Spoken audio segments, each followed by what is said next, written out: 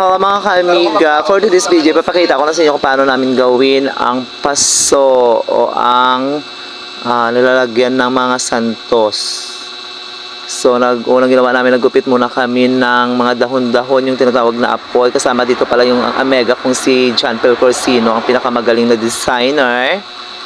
At saka yung kasama kong isa yung BFF ko na pinakasikat na makeup artist dito sa balat ng lupa. Opak, bago ang lahat magpapakyut muna ang amiga kung si Pil kasi hindi nga siya cute.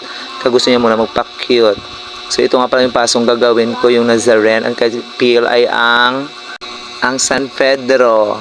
At ang yung kay Bess, ang yung paso na ang Agony of Gethsemane. Hindi ako sure kung anong eksena nito. Ayan yung BFF ko, pinakamayaman at pinakasikat na makeup artist si Raymond Domingo.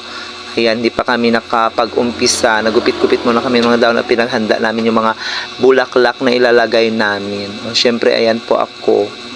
Eksena muna ang lola mo para pag ano mamaya, mabilis na ang paglagay namin. Tuhog na lang kami ng tuhog. Yung inuna ni Pil, yung pagbalot ng lagayan ng bulaklak at yung kay Bess, ganun din ginawa niya. Ako yung tagagupit ng dahon na apoy para mabilisan niya ang paggawa namin mamaya.